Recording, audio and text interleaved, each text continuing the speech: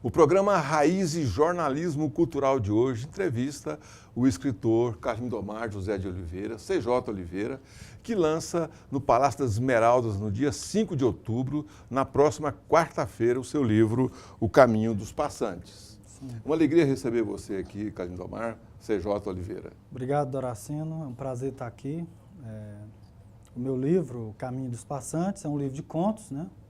É um livro que eu escrevi ele. Algumas histórias já tem um certo tempo que eu fiz e que agora, de uns 2 anos para cá, surgiu uma oportunidade de fazer um projeto cultural e eu fiz pela Lei de Incentivo à Cultura do município de Goiânia e que resultou nesse livro aí. E tem uns 2 anos que eu retrabalhei ele, reescrevi as histórias, porque o escritor é isso, você tem que reescrever sempre, né? E O Caminho dos Passantes é pela editora Kelps, né? Edivaldo Lourenço? Pois é, Doracino, o Carlinho Domar, eu conheci o Carlinho Domar o ano passado, que ele ganhou a Bolsa Hugo Carvalho Ramos com outro livro de contos. E o sujeito chegou aí, aos 40 aí, mas chegou chegando. Ele tá, chegou para valer. Chegou para valer, viu? Certo. Quando que começou seu interesse pela literatura? Rapaz, eu ainda era bem jovem, assim. Esse negócio é meio que espiritual mesmo. Eu senti vontade de escrever. Eu tinha uns 12 anos, mais ou menos. E fiz a minha primeira redação. E depois, curiosamente, embora hoje eu não escreva poesia, não sei fazer poesia, mas eu comecei fazendo alguns poemas na época. E que depois, com o tempo, acabou que se perdeu. Eu não tenho mais nada do que eu fiz antes. Mas em seguida também, logo após, eu já comecei a fazer crônica, e da crônica eu passei para o conto. E no conto hoje eu estou tentando me firmar, né, como contista. E esse aí é o primeiro livro, mas eu já tenho esse que o Edivaldo mencionou, da Bolsa, que é o Ciclos do Vento, e que deve sair numa futura edição aí. E fora esses 2 livros, eu tenho um outro que eu estou escrevendo também. E que eu já tenho até um título para ele, provavelmente vai ser As Cores do Silêncio. Legal, você Acho que é um título bem legal. Você tem, assim, você escolhe bem os títulos dos seus livros. Quem são os seus autores preferidos? Rapaz, eu gosto muito de literatura brasileira. Eu cresci lendo Carlos Drummond de Andrade, Manuel Bandeira, Fernando Sabino, depois Rubem Braga. Eu cresci lendo Graça Aranha, esse pessoal aí. Eu gosto muito dos modernistas, né? E o Brasil é muito bom. E recentemente agora eu comecei a conhecer os goianos, que eu nem conhecia, e que hoje me influenciou muito, inclusive, para reescrever esse livro e fazer o que eu fiz nele. Conheceu? Como por exemplo, o Delermano Vieira, o próprio Edivaldo Lourenço, o Bernardo Ellis, é uma das coisas mais bonitas assim, que eu acho na literatura brasileira. Ele tem pelo menos aí 3 contos que eu colocaria aí entre os melhores da literatura. Legal. Você citou um que já foi e 2 escritores contemporâneos. O Edivaldo Lourenço e o... Citou um que já foi e 2 que estão indo. E o Delermano Vieira, né? Claro, são 2 grandes escritores, né, Edivaldo? Pois é, mas você citou, engraçado, que a maioria dos escritores que você citou são poetas e você escreve contos. Como é que é esse negócio? Não, mas o Fernando Sabino, Rubem Braga, esse pessoal escreve crônica, conto. O Rubem Braga só escreve crônica, né? Mas ele tem alguns contos também, assim. Tem algumas coisas dele, chega na profundidade do conto.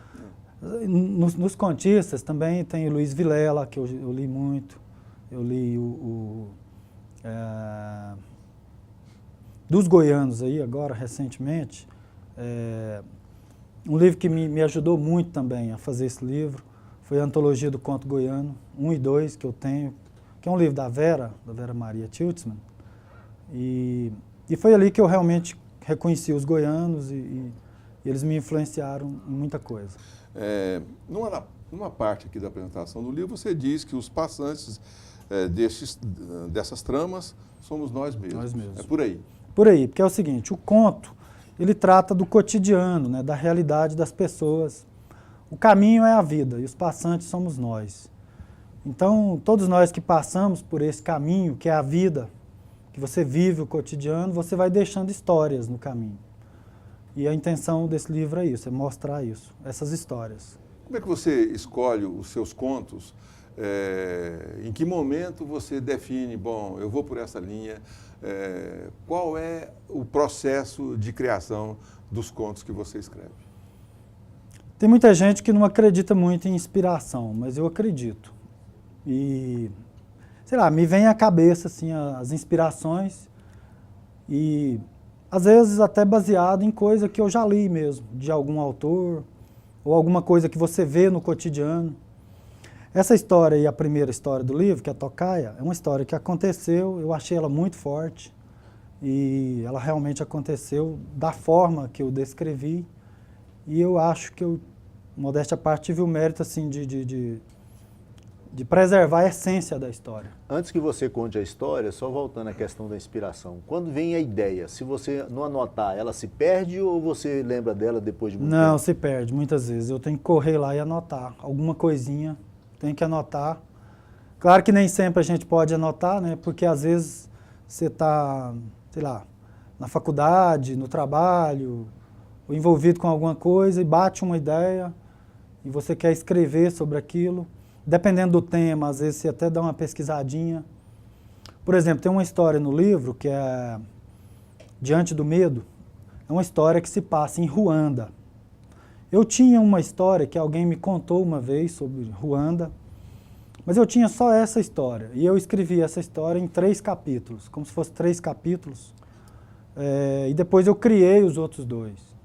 Então essa história é uma história assim, que eu tive que pesquisar um pouquinho, até porque eu não conheço Ruanda, nunca fui lá, mas eu, pesquisando, eu consegui escrever. O programa Raízes Jornalismo Cultural de hoje entrevista o escritor CJ Oliveira, que no dia 5 de outubro, na próxima quarta-feira, vai lançar o seu livro O Caminho dos Passantes. E o lançamento vai ser no Palácio das Esmeraldas, às 19h30. Edivaldo Lourenço? Pois é, Dracena, eu gostaria de falar um pouquinho sobre a obra, que ele falasse um pouco sobre a obra dele, que a gente não teve tempo de ler ainda. Uhum.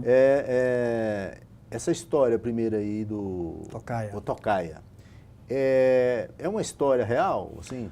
É uma história bem real, ela realmente... Ela aconteceu com alguém que você conhece, alguém te contou? Não, aconteceu com alguém que eu conheço e... Parente seu? Não, amigo. Uhum. E eu preservei essa história, porque eu achei ela uma história assim, muito forte. Embora triste, lógico, né? Uma tocaia. Deixa eu só te perguntar uma coisa ainda. Antes de você... É claro, você, quando vai contar uma história, você está preocupado com o enredo, como a coisa aconteceu, você fazer os entrelaçamentos para poder criar os contraplanos, para poder criar os suspensos, as revelações e tal. Mas você também se preocupa com a linguagem, com o ritmo, com as aliterações, essa coisa, ou isso para você não tem muita importância? Não, tem importância, com certeza. Assim, eu não costumo fazer roteiro para escrever, não. Eu vou escrevendo à medida que a coisa vai saindo mesmo, do pensamento, da inspiração, com o calor do momento. Aí é claro que a gente sempre revê as histórias, a questão da linguagem, né? Eu sempre preservo a linguagem culta, lógico. É uma história, essa tocaia é uma história que aconteceu numa fazenda, e que talvez se você ler ela, você vai talvez classificá-la como uma história regional. Mas não exatamente eu me definiria como regionalista. Eu acho que eu sou um escritor universal, a história era forte, você vai ver que nessa história, embora aconteceu numa fazenda e tudo, você vai ver que eu não sou de lá. Assim, eu como narrador da história, eu acho que fica bem claro isso no conto. E em relação ao jeito de escrever, a forma com que ela foi vazada e a maneira como eu escrevo as minhas histórias, eu me preocupo muito com a forma, né? Eu gosto muito de trabalhar, às vezes, o fluxo do personagem, de consciência do personagem, entendeu? Tem uma outra história, então é por aí. Outra história sua aqui, viu, Edivaldo Lourenço, que é o pianista que sumiu. Como é que é essa história? É o pianista que sumiu do bairro. Essa história do pianista é o seguinte, no bairro tinha um pianista, essa foi inventada, essa história não aconteceu, eu criei ela. Ele era muito talentoso, aquela pessoa que acorda de manhã e já começa a tocar, né? Então ele dedilhava, ele tinha um piano alemão de herança, de família, e ele tocava. A mãe dele tinha sido pianeira e tal. E o pessoal que passava no bairro via ele tocar, né? E muita gente ficava encantado com a música dele. A música dele era um pouco assim erudita. E uma professora passando lá, ela achou muito interessante e convidou ele para um recital no colégio. Só que no dia do recital, aí armou todo um... Ele era meio tímido também, armou todo um sarau lá para ele e tal, um recital. Levou o piano para lá, para ele tocar. Só que no dia da apresentação, aquilo que era para ser uma coisa maravilhosa em termos de música, o pessoal do colégio, os meninos, o pessoal mais jovem, deu uma vaia nele terrível, acabou com o recital. E aí ele saiu de cena, lógico, derrotado, lógico, né? Imagina, você vai fazer um show para milhares de pessoas e você é vaiado logo na primeira apresentação. Então a história é isso. E depois ele ficou tão decepcionado com isso mexeu tanto com o ego dele, que ele partiu, ele mudou do bairro. Então essa é a história. Você está lançando o seu primeiro livro aos 48 anos. Certo. É claro que muitos escritores lançaram livros já com a idade um pouco já adiantada. Inclusive o José J. Veiga é um exemplo. José J. Veiga, 42 anos. Eu ia falar 45. José Saramago José Saramago lançou os livros dele. Ele lançou alguns livros muito ruins na juventude, depois já foi lançar os livros dele com 60 anos, né? E o Monteiro Lobato até recomendava, no livro dele chamado Barca de Gler, ele recomenda que ninguém ouse lançar um livro antes dos 30 para não se arrepender depois. Mas eu te pergunto o seguinte, você está lançando o seu primeiro livro aos 48, você tinha medo de ser tratado no primeiro livro como o seu pianista do bairro foi tratado no colégio? Não, foi falta de oportunidade mesmo. Eu busquei assim, algumas oportunidades, inclusive em jornal. Eu tinha muito sonho no início, quando jovem, de ter uma coluna num jornal, numa revista. E eu tentei algumas coisas nesse sentido, só que não deu certo. E aí acabou que assim, você fica um pouco frustrado com algumas coisas e vai guardando o que você escreve e vai ficando. Mas como tu tem a hora certa, e eu acredito nisso, acho que chegou a hora. Por isso que o livro está saindo. E o que você espera alcançar com esse seu livro e com os outros que você está escrevendo? O que você espera em termos de público, de retribuição financeira, de retribuição de reconhecimento? O que você espera? Bom, o livro, inicialmente, eu considero ele uma produção independente, porque ele está sendo lançado pela Kelps, por um projeto cultural, que é meu. Então, é meio que assim, eu mesmo estou me editando, vamos dizer assim, entre aspas, esse primeiro livro. É claro que num segundo livro eu já penso em ter realmente um editor e eu vou tentar batalhar para isso, né? Para ter um editor por trás, justamente para promover o livro de uma outra forma. A minha intenção real assim, era ter um editor do eixo Rio-São Paulo, que de repente se interessasse pelos meus contos, pela minha arte e pudesse, com isso, propagar mais. E o programa Raízes Jornalismo Cultural volta já já. Não some não.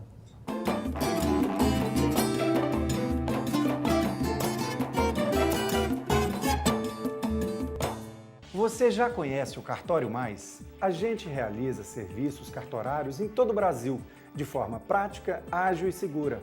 Aqui, você faz operações como reabilitação de crédito, solicita certidões em qualquer lugar do Brasil. E você ainda pode aproveitar as vantagens da Pasta Mais, que reúne todos os documentos necessários para o crédito imobiliário. Visite uma de nossas unidades e conheça as facilidades de outros serviços cartorários. Edival, ele contava aqui as histórias dele e falava da ficção, realidade, né? E um dos contos seu é Uma Caçada Inesquecível. É mentira ou é verdade? Ou seja, é ficção ou é realidade? Eu falo mentira e me lembro aqui do Ariano Suassuna, que uma das pessoas que ele mais admirava era o mentiroso, né? Tanto que criou vários personagens. O Chicó é um deles, né? O mais famoso que o Ariano Suassuna criou. Mas ele admirava o mentiroso. Quer dizer, o mentiroso é aquele que conta uma boa mentira, aquela mentira que não vai prejudicar ninguém, né? Então, Uma Caçada Inesquecível é verdade ou é mentira? Não, é o seguinte, essa história da caçada, ela realmente aconteceu com um tio meu, uma história de família, vamos dizer assim, que meu pai me conta algumas histórias e alguma coisa que ele conta eu, às vezes, gosto de transcrever. E achei que essa história merecia.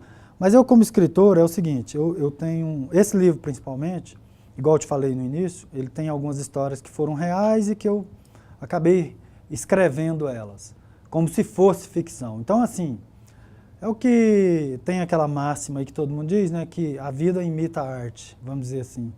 Então, assim, eu às vezes faço isso, eu parto da realidade para escrever as minhas histórias de ficção. Agora, é lógico que nesse entremeio eu coloco a minha visão de escritor, eu invento coisas, lógico. Eu crio cenários que às vezes nem foi o mesmo. Enfim, eu enfeito a história, coisa que é do nosso ramo, né, Edivaldo? Exatamente. Acontece assim que você tem uma ideia maravilhosa, assim, você vai escrever, nossa, isso aqui dá um conto ótimo. Aí você vai escrever, a ideia vai esfarinhando e não dá em nada. Ou às vezes você pega o contrário, uma ideia, essa ideia é fraquinha, mas eu vou trabalhar. E de repente ela cresce e dá um conto bom, ou você já... Sim, isso acontece muito, viu, Edivaldo? Muito mesmo. Tocaia mesmo, que foi essa primeira história, eu escrevi ela praticamente em 97, essa história. Ela aconteceu em 95, 2 anos depois eu achei super interessante, pedi licença para o amigo meu, que era o irmão da vítima lá, e ele me autorizou a escrever e eu escrevi. Mas eu não gostei muito da forma como ela foi vazada. Então de lá para cá eu venho retrabalhando ela.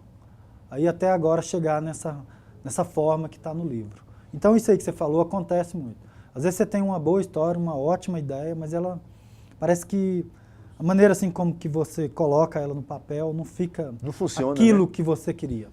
E às vezes uma história que nem é tão boa, depois você tem uma outra ideia amanhã, retrabalha ela e ela fica boa, de repente.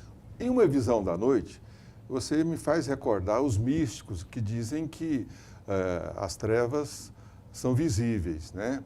Quer dizer, Uma Visão da Noite é mais ou menos nessa visão, assim, nessa concepção espiritualista de que a morte é treva visível, segundo os pensadores dessa escola mística, é mais ou menos por aí, ou não tem nada a ver? Não tem nada a ver. Essa história é a última história do livro, eu considero ela, é um conto de mistério.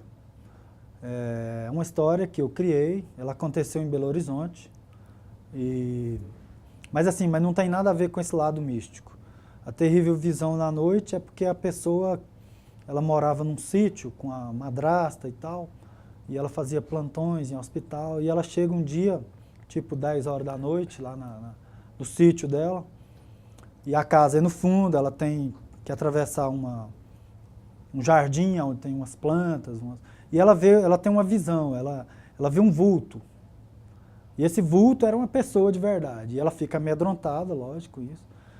E de repente ela tem um ato assim, súbito de coragem, ela meio sem saber o que fazer, ela avança para o rumo do vulto, como para assustar ele também. E era um vulto mesmo, era um homem. E aí ele salta do muro e vai embora. Então a história se desenvolve mais ou menos em cima disso. Mas não tem nada a ver com o lado místico da palavra, não. É mais uma visão assim. É um conto de mistério, mas assim, um conto leve, vamos dizer assim. Na visão assim de um camarada da roça que via na lua cheia, né? Um tamanduá que subia no cupim, não sei se ele pode subir no cupim, mas via aquilo como uma figura de um homem, de um fantasma que estava ali. Sim. Mais ou menos dentro dessa história popular. Edivaldo, nós vamos chegando ao final do programa, né? E vamos falar sobre o lançamento do livro, né? Pois é, esse lançamento do CJ Oliveira, né? Ele vai acontecer no dia 5 de outubro, às 19h30, lá no Salão Dona Gersina, do Palácio das Esmeraldas. Você vai lá que, além de comprar o livro do Carlinho Domar, que é o CJ Oliveira, pegar o autógrafo dele, ele vai servir lá um coquetel bacana, vai ser bacana mesmo. E é um ambiente super agradável, né? E esse vai ser uma festa de arromba, o lançamento do Carlinho Domar. Ele começou com o pé direito. E além de que do seu lançamento, vai encontrar outros escritores lá e é sempre um momento de confraternizar, né? Sim, um prazer muito grande, né? Fazer isso. Esse livro realmente, assim, ele já tem uma expectativa boa por parte de muita gente, e agora aqui com o seu programa, lógico, eu acredito que vai ter uma repercussão maior ainda, e a gente espera que o livro seja um sucesso, realmente. Então fica aqui o nosso convite do programa Raízes e do CJ Oliveira para o lançamento do seu livro O Caminho dos Passantes, que é no dia 5 de outubro, quarta-feira, lá no Palácio das Esmeraldas, às 19h30. Carlindomar, CJ Oliveira, obrigado pela sua presença aqui no Raízes Jornalismo Cultural. Eu que agradeço de estar aqui, de poder participar com vocês desse programa e dizer para o pessoal goiano aí que a gente está aí, está surgindo como escritor. Acho que é uma novidade no mercado, né? É sempre bom a gente acontecer coisas novas, né? Principalmente nesse ramo da literatura aí, onde é um ramo assim que o pessoal parece que é meio tímido e a cultura vai meio devagar nesse sentido. Mas a gente vai chegar com força aí, vai dar tudo certo. Obrigado por estar aqui. Alegria toda nossa. Obrigado, Sucesso Edivaldo. a você. Sucesso a você. Muito obrigado. Edivaldo Lourenço, vamos embora. Vamos embora. Pois é, Doraci, mais uma vez, realmente uma alegria muito grande estar aqui junto com você, recebendo os convidados hoje, o Carlindomar, o CJ Oliveira, para falar por Raízes, né? É uma alegria muito grande. Eu agradeço a você de casa, que você tenha uma ótima semana. E amanhã é dia de eleições municipais. Bom voto. A gente se vê no próximo programa. Até lá. E não some não.